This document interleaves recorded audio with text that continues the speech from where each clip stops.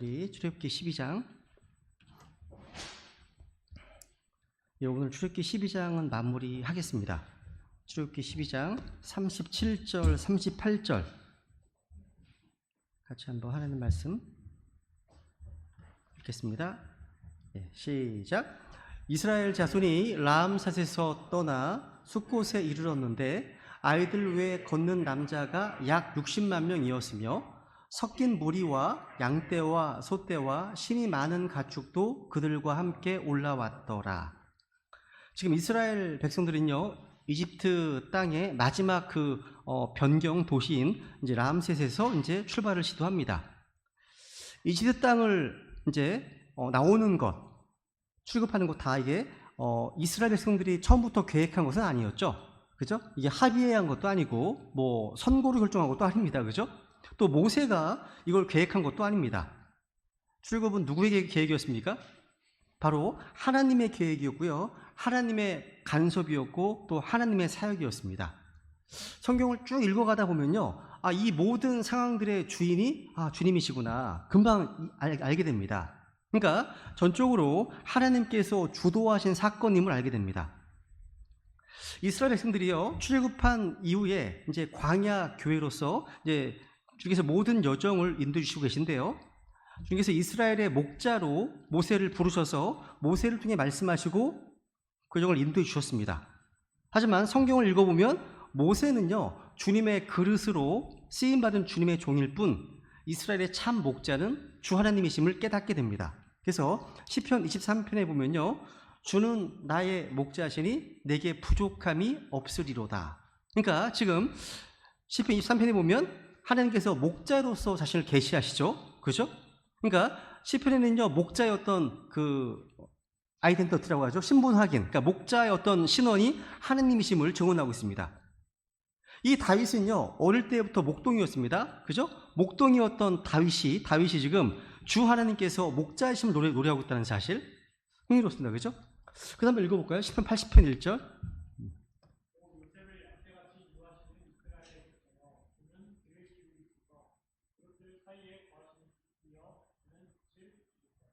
여기 이제 목자가 누구죠? 바로 주님이십니다. 그죠? 이스라엘의 목자는 주 하나님이십니다. 또 그룹들 사이에 거하시는 분이십니다. 빛을 비추시는 분이십니다.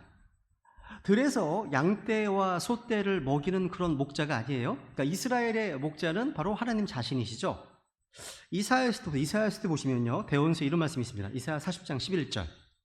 그분께서는 목자같이 자기 양떼를 먹이시고 어린 양들을 자기 팔로 모아 품에 안아 옮기시며 어린 것들과 함께하는 어미들을 부드럽게 인도하시리로다. 얼마나 좋으신 분이세요, 그죠? 되게 좋으신 분이십니다. 그러니까 이분이 목자 하나님이신 거예요. 그러니까 목자신 하나님은요, 양떼를 먹이시고 자기 팔로 모아 안아 옮기십니다. 그죠? 그리고 목자신 하나님께서는요, 양들을 부드럽게 인도하세요. 굉장히 드라이브하게 막 강하게 하시는 게 아닙니다. 부드럽게 인도하시는 거예요. 이게 목자의 어떤 세 가지 중요한 요소예요. 먹이시는 거, 첫 번째 직무죠, 그죠? 또 자기 팔로 모아 안아 옮기시네요. 이것은 이제 잃어버린 양들이나 흩어진 양들을 모으시는 어떤 목자의 직무입니다. 그래서 양들을 잃어버리게 되면 목자는 그 양을 찾고 또 찾습니다. 양들이 다치거나 넘어지면 목자는 일으키잖아요. 팔로 모아서 안아 옮깁니다.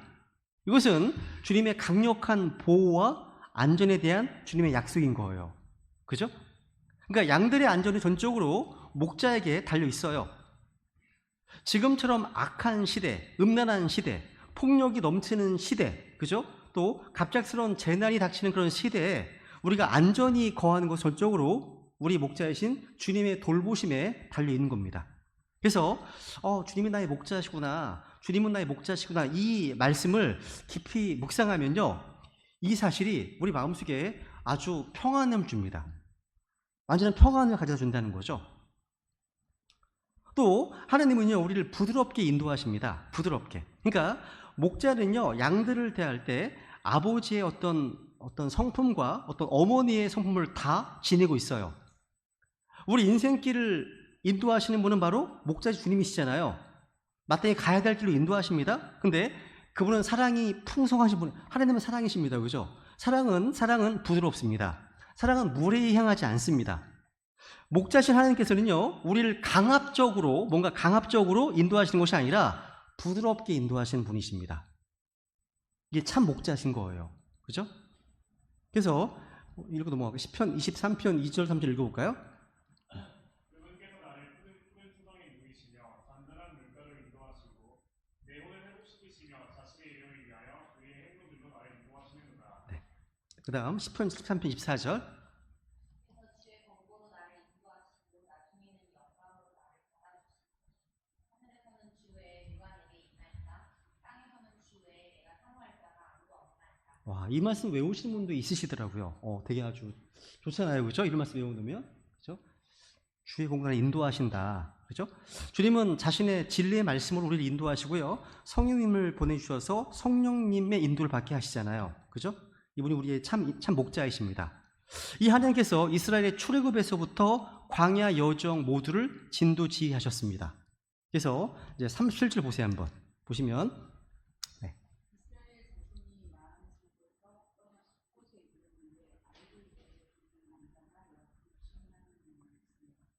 민수기 33장에 보시면요, 이스라엘 백성의 여정을 조금 더 상세히 기록하고 있는데 한번 읽고 넘어갈게요. 그들이 첫째 달 15일에 라암새에서 떠나니라. 무교절 다음 날에 이스라엘 백성이 모든 이집트 사람들의 눈앞에서 높은 성과 함께 나왔으니 이는 이집트 사람들이 주께서 자기들 가운데서 쓰신 것, 즉 자기들의 처음난 모든 것을 죽었기 때문이더라. 주께서 그들의 신들을 이루고 심판을 책정하셨더라. 이스라엘 자손이 라암새에서 내려 북쪽에 들어섰다. 여러분, 주님께서는요, 아브라함에게 이집트 땅에서 큰 민족을 이루게 하실 거라 약속을 하셨죠. 그죠? 그걸 이루셨습니다. 지금 남자만 60만 명이었습니다. 주님께서는 또 창세기 보시면 큰 재물을 가지고 나올 것이라는 말씀도 성취하셨어요. 민수기에 보시면 이제 넘버스, 민수기죠. 그죠? 수를 세는 겁니다. 이스라엘의 어떤 두 번의 인구조사가 나오는데 여기 보면 남자만 약 60만 명이었습니다. 야곱의 허리에서 나온 70명이 430년 만에 남자만 60만 명으로 늘어난 겁니다.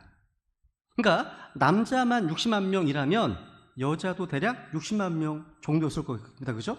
근데 구약시대는 여자나 아이의 수가 빠져 있습니다. 수로 계산할 가치가 없었나 봐요. 했습니다. 남자만 계산해요. 성경이 희한하게 남자만 계산합니다. 어쨌거나 야곱의 허리에서 나온 70명이 60만 명이 됐다는 거죠. 그죠? 또 그리고 한 가정당 아이가 2명이었다면 전체 인구는 240만 됐을 겁니다. 한 가정당 아이가 3명이라면 인구는 300만 정도가 됩니다. 이거 당시에 어마어마한 숫자죠. 한 민족이요, 다른 민족을 떠나 이동하는 겁니다. 지금 출애굽기 앞부분에 보시면 이집트 사람들이 히브리인들을 이제 그 아이들을 살해하는 법을 명령하잖아요. 그죠? 그 이유가 히브리인들이 이미 큰 민족을 이루었기 때문입니다. 한 나라에서요, 한 지역에서 한 민족이 하룻밤에 빠져나간 이 사건은요, 엄청난 일입니다. 근데 여기 38절에 보시면요, 특이한 무리가 나옵니다. 18절. 섞인 무리와 양떼와 흑돼와 신이 많은 그들과 함께 올라와. 여기 이제 섞인 무리가 나옵니다. 섞인 무리. 그러니까 출애굽 때에는요, 순수한 이스라엘 백성들만 이제 나온 게 아니라 섞인 무리들도 함께 있습니다. 그러니까 섞여 있다는 건 뭐예요? 순수하지 않다는 거예요. 혼혈. 그러니까 이스라엘 백성들이 이집트에 거하는 동안에 이집트 이제 여자들과 뭐 결혼도 할 거 아니에요. 태어난 아이들도 있을 것이고, 또 순수하게 이집트들 가운데 6월절 어린 양의 피를 발라서 나온 무리도 있을 거고, 여러 다양할 겁니다. 그죠? 근데 이 섞였다는 말은 순수하지 않다는 말입니다. 서로 다른 종류란 말이에요. 다니엘서 2장에 보시면 철이 진흙과 섞이지 못한 것 같이, 그러니까 뭔가 다른 거예요. 지금 질적으로 다른 겁니다. 근데 이들은요, 출애굽 이후의 여정에서 많은 문제를 일으킵니다. 이들이 섞인 무리가 믹스트, 그죠? 한번 하나만 볼까요? 민수기 11장에 보세요. 이스라엘을요, 여러 번 위험에 빠뜨렸습니다. 민수기 11장 4절. 그들 가운데 섞여 사는 무리가 사막에 빠지매 이스라엘 자손도 다시 우림에 이르되 누가 우리에게 고기를 구워 먹게 할까. 지금 이런 불평불만의 소스가 어디서 나왔습니까? 섞여 사는 무리에게서 나왔습니다. 그러니까 여러분, 이스라엘 백성들 사이에 섞여 사는 무리들은요, 겉으로 봤을 때는요, 이스라엘 백성들과 뭔가 다른 표가 났던 것은 아닙니다. 그들은 같이 출애굽을 했고, 같이 홍해를 건넜고, 같이 만나를 먹었고, 같이 모세의 지도를 따랐습니다. 그런데 이들은요, 주님의 양무리들이 아니었습니다. 이들로 인해서요, 이스라엘 백성들은요, 탐욕에 이끌렸고 불신 가운데 빠졌고 큰 시험에 빠졌습니다. 이게 교회라고 예외가 아닙니다. 광야 이스라엘 백성들도 광야 교회라고 불렸다는 사실 기억하시죠? 그죠? 그러니까 하나님의 백성들 사이에 섞여든 이들을 이게 속가내는 일이 이게 결코 쉽지 않습니다. 그래서 이런 무리들, 그러니까 무리들의 신앙을 따라가는 것은 위험한 거예요. 우리 항상 하나님의 말씀, 언제나 기록된 말씀과 하나님 앞에 정직한 믿음만이 자신을 지킬 수 있습니다. 이 섞여 사는 무리들은요, 자기들뿐만 아니라 이스라엘 자손 전체를 탐욕에 빠지게 해서 소리내 울게 했습니다. 그러니까 여러분, 성경 보시면 뭐 신성 모독이나 불신이나 탐욕, 이것이 다 섞여 사는 무리들에서 나온 겁니다.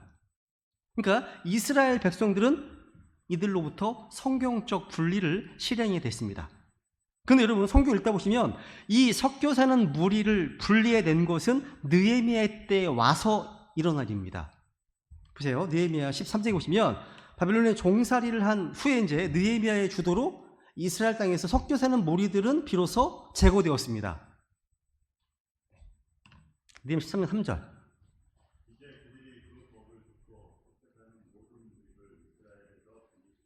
야, 이때 분리가 돼, 이때요. 유대인들은 이제 나중에 이제 바리새인들이라고 이제 있었죠, 그죠? 바리새인들이란 말 자체가요, 분리주의자라는 뜻이에요. 분리주의자. 성경에서요, 바리새인들이 출현하게 된 것은요, 바벨론 포로에서 돌아온 후에 느헤미야의 리더십, 그러니까 주도하에 이렇게 분리를 시작하면서 생겨난 거예요. 바리새인들이요. 신약 성경에서 바리새인 그러면 아주 나쁜 의미로 이제 우리에게 뭔가 각인되어 있잖아요. 이 바리새인들은요, 율법에 충실하고 헌신적이었고 하나님을 섬기는 특별한 열정이 있는 사람들입니다. 우리는 모두요, 영적으로는요, 모두 바리새인들이 되어야 됩니다. 바울 사도는요, 히브리인 중에 히브리인이고 율법으로는 바리새인이라고 사실 소개했습니다.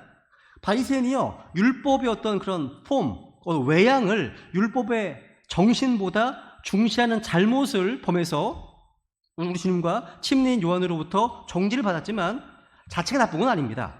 그러니까 바리새인들의 이중적인 잣대가 문제지, 바리새인의 어떤 취지와 그 나온 전통은 본받을 만한 거예요. 여러분, 교회의 순수성은 뭔가 교회 안에서 개혁을 통해서 유지되는 게 아니에요. 교회 순수는 항상 성경적 분리를 통해서 유지되는 겁니다. 항상 분리 역사예요. 그러니까 안에서 개혁은 불가능합니다. 안 됩니다. 다 실패했습니다. 2000년 역사 가운데. 분리가 안 됩니다. 개혁이 안 되는 거예요. 그래서 바벨론 포로 이후 유대인들이요, 이전처럼 우상 숭배의 죄에 빠져들지 않고 지금까지 2000년 동안 다니엘 민족을 지킬 수 있었던 것은 다 바리새인들의 철저한 분리, 이런 어떤 분리정신 때문이었다는 거예요. 그러니까 배구자들을 색출하고 이교도들과 결혼한 자녀들을 추려내어서 그러니까 수가 점점 감소되는 거죠. 그죠?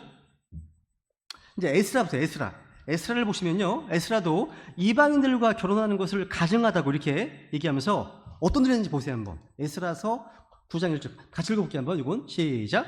이제 이 일들이 이루어진 뒤에 통치자들이 내게 나와 이르되 이스라엘 백성과 제사장들과 레위 사람들이 그 땅의 백성들의 가증한 일들, 곧 가나안 족속과 헷 족속과 브리스 족속과 여우스 족속과 암몬 족속과 모압 족속과 이집트 사람들과 아모리 족속의 가증한 일들에 따라 행하여 그들로부터 자신을 분리하지 아니하였으니, 그 다음 보세요. 2절 3절 시작. 그들이 자기와 자기 아들들을 위해 그들의 딸들을 취함으로 거룩한 씨가 스스로를 그 땅들의 백성들과 섞이게 하였나이다. 참으로 이 범법에서 통치자들과 치리자들의 손이 으뜸이 되었나이다.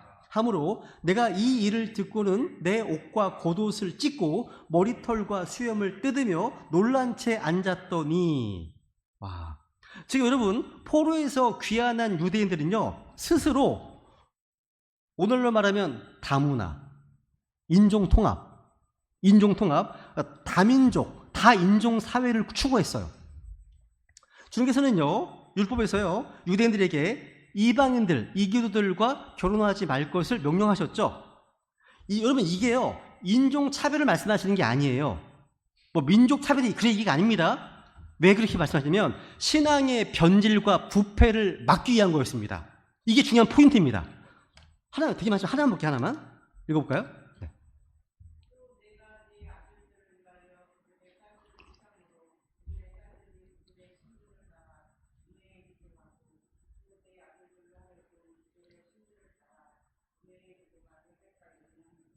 이거. 그러니까 유대인들이요, 이들과 결혼하지 않게 명령하신 이유가 뭐예요? 배교하지 않기 위해서, 부패하지 않기 위해서. 이것은요, 주님을 믿지 않는 이교도들과는 결혼하는 것이 불법입니다. 불법이에요. 이것은 주님께서 자신의 백성들을 어떤 타락으로부터 영적인, 여기 보면 음행의 길, 그러니까 영적인 음행으로부터 보호하기 위해서 주신 명령인 거예요. 우리를 위해 주신 법이에요. 보호하기 위해서. 우리는요, 우리 자신의 거룩함을 위해서 또 순수함을 지키기 위해서 믿지 않는 자들과 결혼하지 않도록 주의해야 되겠죠. 그죠? 근데 여러분, 유대로 돌아온 유대인들은요, 그 땅에 있는 이방 여인들을 안으로 취했습니다. 그리고 그들을 자기 사위로 또 자기 며느리로 맞았어요. 에스라는요, 귀환한 유대인들이 이방 여인을 아내로 취하고 며느리로 맞는 것에 대해서 옷을 찢고 머리털과 수염을 뜯으며 놀란 채 앉았습니다. 이런 데 있으면 안 되겠죠, 그죠? 그죠? 그러니까 에스라는 아주 큰 충격을 받은 거예요. 큰 충격을 받은 겁니다. 그러니까 이 당시에 이런 타락, 부패와 타락이 일상생활이었다는, 그러니까 그 당시에 이스라엘 백성들이 일상생활이었다는 거죠. 여기서 나오는 에스라의 반응은 뭐예요? 다른 형제들의 불법과 범법에 대한 어떤 영적인 성도들의 정상적인 반응이라는 거, 이게요. 이런 반응이 필요한 거죠. 그죠? 무슨 얘기냐면 출애굽 밤에 나온 이스라엘 백성들이요, 다 믿음 좋고 뭐 완벽한 사람들이 아니었어요. 여기에 누가 있었다는 거예요? 섞여 사는 사람, 무리들이 있었다는 거죠. 생각해 보세요. 이제 하나님은요, 이스라엘의 목자로 부름받은 모세를 통해서 이들을 가르쳐야 되고요, 먹여야 되고 목양을 해야 돼. 뭐가 느껴지세요? 뭐가 보이세요? 앞으로 어떤 일이 펼쳐질지 예상이 안 되세요? 저는 목자가 되게 불쌍해 보여요. 모세가 불쌍해 보여요. 앞으로 펼쳐질 날이 보이니까. 여러분, 이집트의 통치자 파라오 앞에 섰을 때보다 이러한 백성들 앞에서 목양하는 모세의 앞날이 더욱더 험난해 보인다는 거예요. 이게요. 이 섞여있는 무리가 광야여정 내내 계속 문제를 일으켰거든요. 이들은 이스라엘 백성들 안으로 이집트를 가져온 자들이었습니다.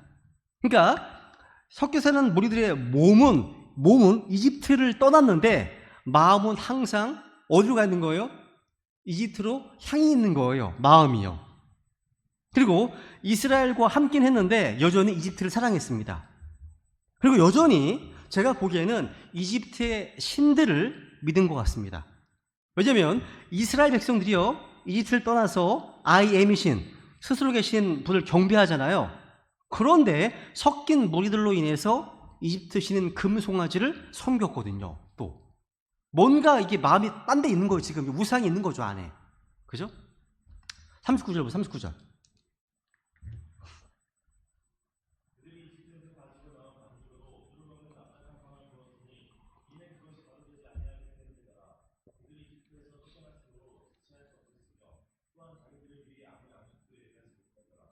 지금 급하게 나오느라고 아무 양식도 준비하지 못하고 지금 어깨에 메고 나온 반죽으로 누룩 없는 빵을 구워 먹었습니다.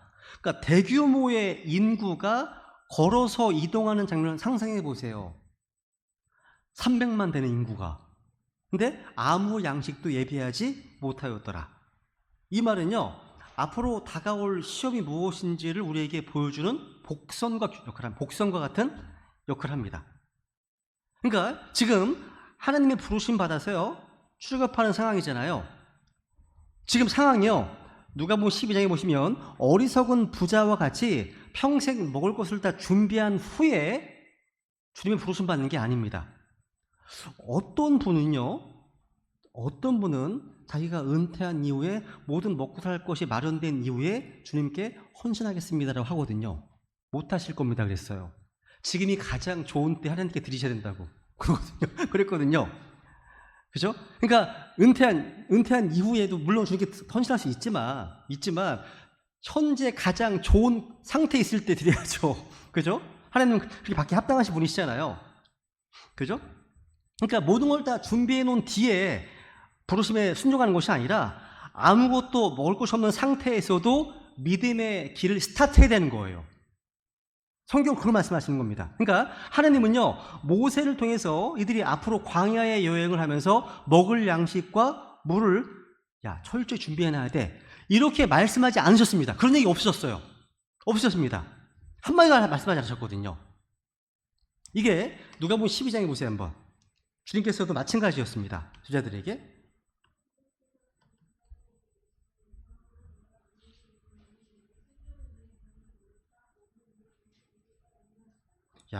뭘 명령하십니까? 뭘 먹을까? 뭘 입을까? 뭐 하지 말래요? 염려하지 말래요. 염려하지 말래요. 그죠? 근데 또 그다음 29절에 보시면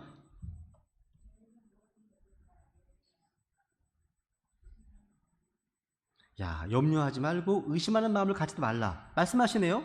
그러니까 우리는요, 구원받은 이후에 주님을 섬기는 데 있어서 지체하지 않고 바로 믿음의 길을 스타트하는 겁니다. 바로 헌신하는 거예요. 그러니까 여행 준비를 완벽히 한 후에 출발하는 게 아니라는 거예요. 그죠? 사복음서에 보시면요, 주님께서 부르시잖아요.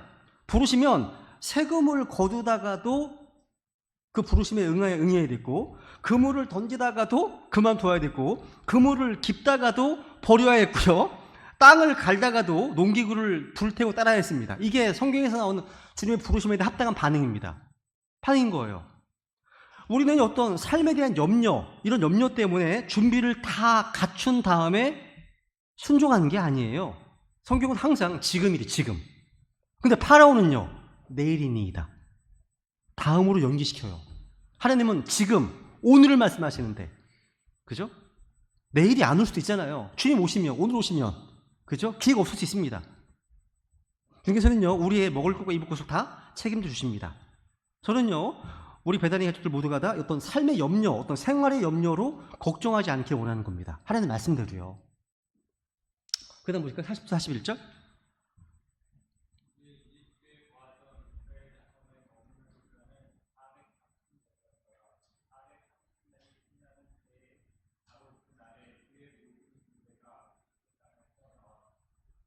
여기요, 이게 항상 성경의 어떤 난해 구절, 이런 책에 보시면 대표로 나오는 구절입니다, 이게요.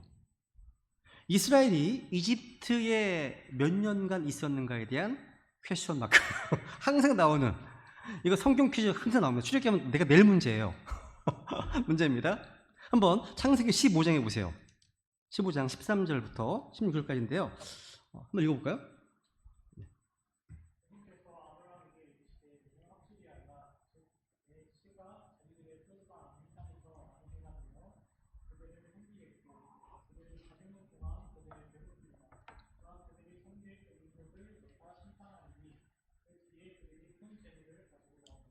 그 다음 구절 방제. 네. 너는 평안히 내 조상들에게로 가겠고 또 충분히 나이 들어 놓칠 터이나 그들은 내 세대 만에 여기로 다시 오리니 이는 아무리 족속의 불법이 아직 충만하지 아니하기 때문이라 하십니다. 여기 13절과 14절에 보시면요, 주님께서는요, 아브라함의 씨가 이집트에서 나그네가 되어서 그들을 섬기고, 그리고 그들이 400년 동안 그들을 괴롭히리라 말씀하십니다. 아주 충격적인 미래입니다. 그죠? 누구도 원하지 않는 미래입니다. 이게 1, 2년이 아니에요. 10년이 아닙니다. 그런데요, 약 400년 동안 괴롭힘을 당한다 하십니다. 그리고 그 다음에 보니까 내 세대 만에 가나안 땅으로 들어올 것을 말씀하셨습니다. 이 16절 이 말씀은요, 아브라함의 후손에 대한 예언이에요. 그러니까 4대라고 하면 뭐냐면 레위부터 시작해가지고요, 고앗, 아므람, 모세 4대입니다. 4대예요. 근데 오늘 출애굽기 12장에 보니까 머문 기간이 몇 년이라고 되어 있어요? 430년이라고 기록되어 있습니다. 근데 주의하세요. 이건요, 이들이요, 이집트에서 산 기간이 아니라 sojourning, 그냥 머문 기간이에요. 그러니까 순례의 여정 전체를 다 포함하는 겁니다.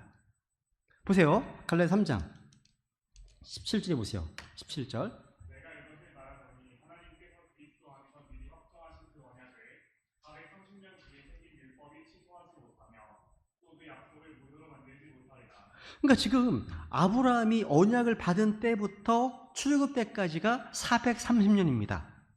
하나님께서 약속을 받고 야곱이 130세에 이제 이집트로 가기 때문에 215년을요 가나안 땅에 머물게 돼요. 그리고 이집트에서 또 215년을 거하게 됩니다. 그러니까 총 나그네 기간은 430년인 겁니다. 결론이 뭐냐면 이런 겁니다. 아브라함에게 약속을 주신 때부터 율법을 받은 때까지의 전체 기간이 430년이고 이 430년 가운데 400년은요 괴롭힘을 당하는 고통의 기간이었고 나머지 30년은 뭡니까?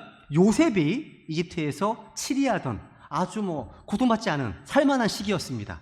이렇게 이해하시면 돼요. 어렵지 않습니다. 이거 가지고 엄청 논란이 있을 거 없어요. 어렵지 않습니다. 41절 보세요. 41절 보세요. 그 다음 보세요. 41절.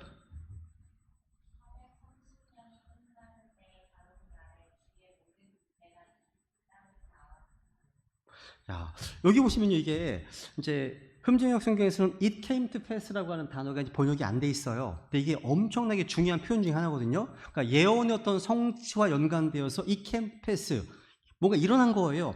두 번 나오고 있습니다. 이런 데 일어난 겁니다. 보시면 430년이 끝나는 바로 그날에 주의 모든 군대가 이집트 땅에서 나왔다고 되어 있잖아요. 여기 이 캠프에서 두 번 나옵니다. 하나님은요 얼마나 정확하신 분인지 몰라요. 그러니까 하루도 가감없이 정확하게 430년이 끝나는 바로 그날입니다. 바로 그날에 이스라엘 백성들은 이집트에서 나왔습니다. 우리 하나님께서는요 예언을 하시고 예언을 성취하시는 하나님이시고요. 이 성경은 또 예언의 책입니다. 예언의 책이에요. 성경은요 이 세상의 어떤 책들과 달리 성경의 예언은 전적으로 구분되는 책입니다. 성경은 하나님의 영감으로 주어진 거잖아요. 성경은요 주님의 미리 아심을 통해서 모든 것을 미리 알고 미리 말해줍니다. 성경의 예언은요 구체적입니다. 애매모호하지 않습니다. 눈에 귀에 걸면 귀걸이, 코에 코, 이거 아닙니다. 명시적으로 나라 이름과 지명이 언급되어 있어요. 성경은요 다릅니다. 예언 자체가 다릅니다. 성경의 예언은요 사람들이 인위적으로 성취할 수 있는 게 아닙니다. 미리 책에 기록되어 있기 때문에 바꿀 수도 없습니다. 성경의 예언은요 성취할 때 확실한 증거를 남깁니다. 그러니까 우리가 하나님을 믿고 이 말씀을 믿는 모든 믿음의 근거는 바로 예언의 말씀입니다. 예언의 말씀이에요. 주님께서는요 어떤 일이 일어나기 전에 미리 말씀해 주십니다. 보세요 한번. 마태복음 24장 25절 보면요.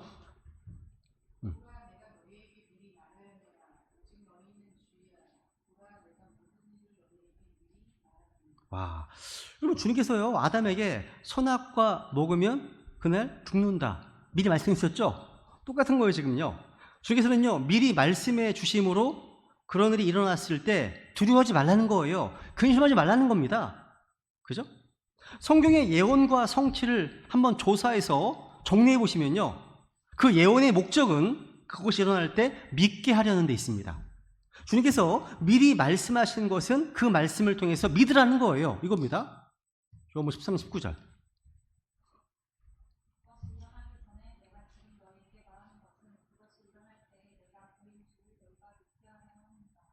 아니 일이 끝난 뒤에 말하는 건 누구나 할 수 있죠. 그죠? 근데 일이 있기 전에, 일어나기 전에 미리 말하는 것은 하나님 한 분 외에는 아무도 할 수 없습니다. 이사야서 42장 9절.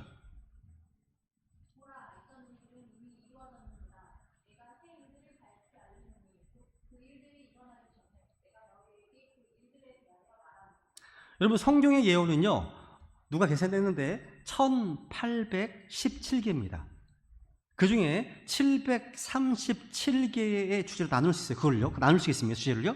지금까지 문자적으로 성취된 예언이 있고 아직 성취가 안 된 예언들이 있는데 성취하는 게 더 많습니다. 그러니까 예수님의 예언 가운데 800가지 예언이 있는데 300가지는 초림 때 성취가 되었고 500가지는 아직 성취가 안 됐습니다. 안 됐습니다. 근데 500가지 남아있는 예언들은 모두가 다 부정적인 예언입니다. 굉장히 무서운 예언이에요. 두려운 예언입니다. 그죠? 그러니까 예수님 한 번에 대한 예언들이 많다는 거예요. 이러한 예언들이요, 몇천 년 전부터 성경에 기록되었고 예수님 탄생하기 400년 전에 그 예언이 다 기록이 완성되었습니다. 이것은요, 하나님의 때에 정확하게 성취되었고 성취될 겁니다. 마찬가지예요. 아까 말씀했죠. 바로 그날에, 그러니까 430년이 끝나는 바로 그날에 주님의 약속은 성취됐습니다. 이날은요, 하나님께서 계획하신 날입니다. 예언하신 날이고요. 이것은 우리는 역사 가운데 발생한 어떤 한 날의 어떤 에피소드가 아니라 전적인 하나님의 어떤 주권에 속한 계획된 날이었다는 거죠. 그날 이스라엘 백성들은 출애굽을 한 겁니다. 그날이요. 그날. 우리도 이런 하나님의 때를 알 수 있다면 얼마나 좋겠습니까? 그죠? 하나님은요, 미리 말씀하시고 자신이 정하신 때에 일을 하시거든요. 항상 때를 따라 일하시고요, 움직이십니다. 출애굽할 때나 다 마찬가지예요. 그래서 4장의 4절에 보시면 그러나 충만한 때가 이르매 하나님께서 자신의 아들을 보내사 여자에게 태어나게 하시고 율법 아래 있게 하셨나니. 와, 충만한 때가 이르매. 그래서 믿음의 믿음. 믿음은 주님의 때를 기다리는 것이 믿음입니다. 그게 인내예요, 인내. 주님의 때. 사람들은 누구나 성격이 급합니다. 주님의 때가 아닌 자기가 원하는 때에 일이 이루어지길 바라기 때문이에요. 근데 아무도 우리는요, 하나님의 그 때를 단축시킬 수 없고요, 연기할 수 없습니다. 우리가 그 때를 알지 못하기 때문에 우리에게 인내가 필요하고 오래 참음이 필요한 겁니다. 때가 이르면 출애굽을 한 것처럼. 사실 일절에 보시면 바로 그날이에요. 주의 모든 군대가 이집트 땅에서 나왔다고 되어 있어요. 그죠? 중에서는 노예 백성 히브리인들을 일컬어서 주의 군대라고 말씀하셨습니다. 이 군대에 대한 내용은 제가 주일날 설교에 다뤘기 때문에 여기서는 패스하겠습니다. 42절 보세요. 42절.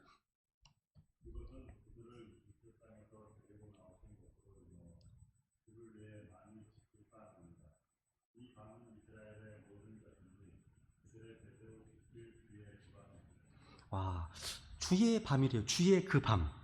주의 밤. 또 주를 위해 많이 지킬 밤. 특별한 밤인 겁니다. 그죠? 여러분에게 특별한 날이 있고 특별한 밤이 있지 않으세요? 그죠? 있을 겁니다. 그죠? 다 특별한 날이 있을 거예요. 저나 여러분에 있어서 주님께서 구원하신 날을 잊지 못할 겁니다. 요한복음 1장에 보시면요, 요한은 주님을 만난 시각을 기록합니다. 10시쯤 그때라고 기록하고 있습니다. 만난 때를. 또 사도행전 22장, 24장, 26장에 보시면요, 바울 또한 3번에 걸쳐서 주님을 어떻게 만나 뵙게 되었는지를 간증하고 있습니다. 생생하게. 그죠? 그러니까 요한이나 바울은요, 주님께서 자신을 구원해 주신 그 날을요, 잊지 못하는 겁니다. 마찬가지예요. 출애굽의 밤, 이 밤은 주의 밤입니다. 주의 밤. 이 밤은요, 이스라엘 백성들이 민족으로 또 군대로 태어난 밤이거든요. 특별한 밤입니다. 주님께서 유월절을 제정하신 이유는 뭐예요? 백성과 그들의 자손들이 주님을 기억하게 하기 위해서입니다. 주님이 어떤 일을 해주셨는지 기억하고 전하게 하기 위해서 유월절을 주님의 명절로 지정하셨습니다. 43절 보세요. 43절.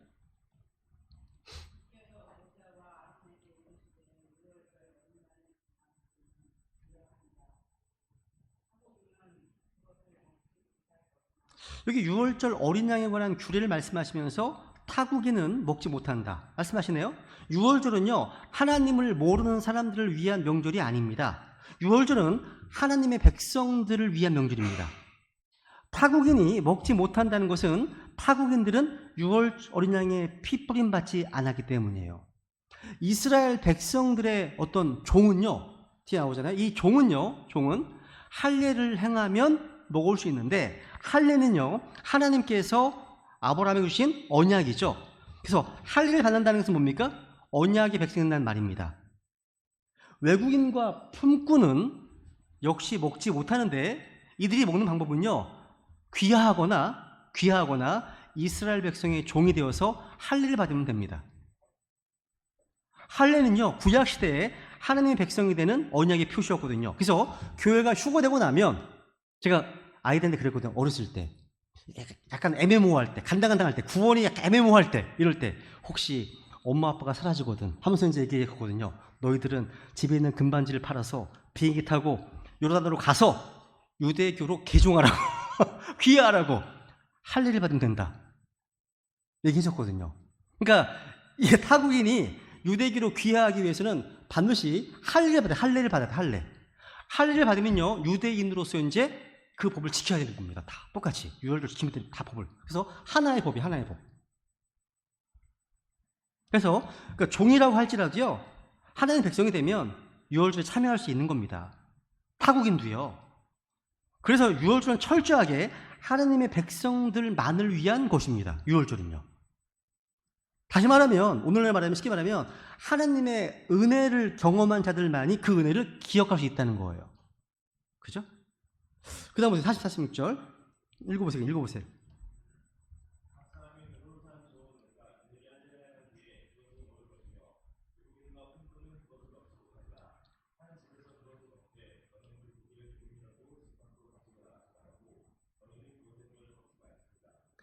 이 유월절은요 주님의 명절이기 때문에 주님의 말씀에 따라 지켜야 되겠죠. 그죠?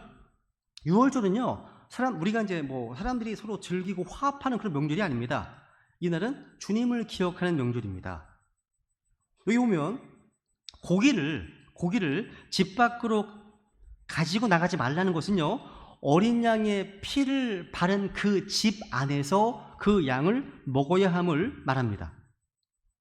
우리는요 십자가의 피가 없는 곳에서 영적 양식을 취할 수 없습니다.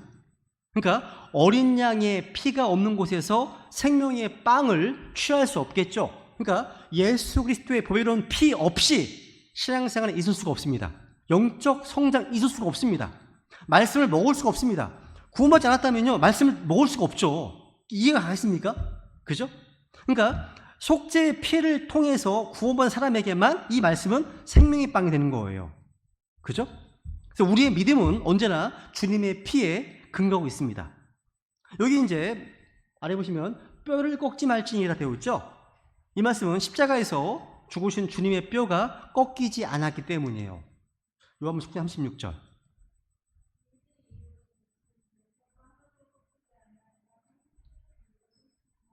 그러니까 유월절 어린 양의 실제 본체가 예수님이시구나. 금방 알 수 있습니다. 그죠? 그래서 이스라엘 온 회중이 지키는 거죠. 그죠? 48절. 보세요.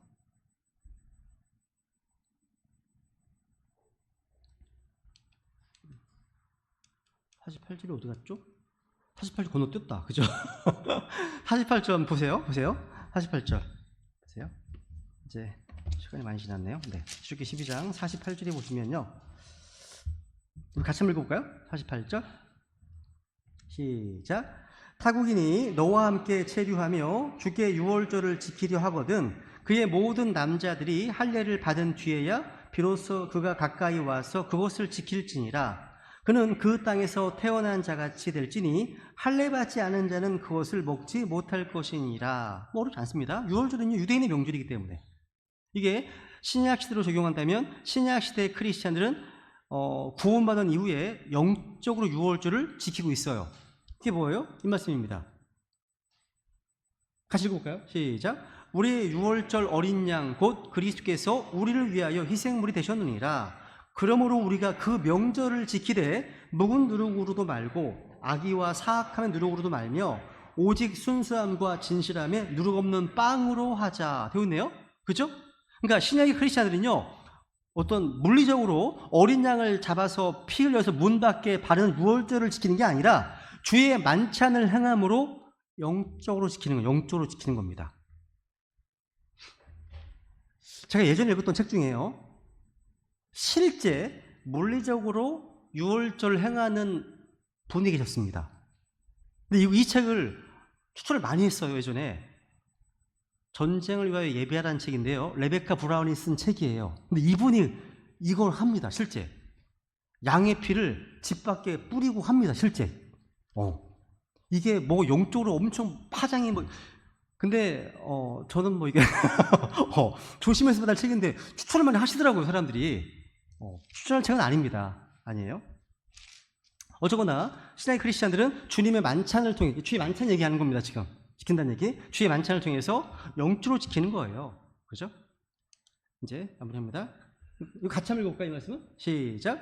집에서 태어난 자에게나 너희 가운데 머무는 타국인에게나 한 법을 적용할지니라 하셨으므로 이스라엘의 모든 자손이 이같이 행하되 주께서 모세와 아론에게 명령하신 대로 그들이 행하였더라. 바로 그날 주께서 이스라엘 자손을 그들의 군대대로 이 땅에서 데리고 나오셨더라. 여기 보시면 한 법을 적용합니다. 그러니까 여러분이요, 만약에 휴거되지 못하고 남겨졌다면 유대인으로 개종하잖아요. 할례를 받잖아요. 그러면 유대인들과 똑같이 이 법을 순종해야 됩니다.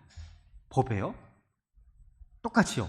성경에 속죄일도 마찬가지입니다. 그러니까 한 법이 적용된 이런 말씀이 성경에 여러 번 나옵니다. 나와요.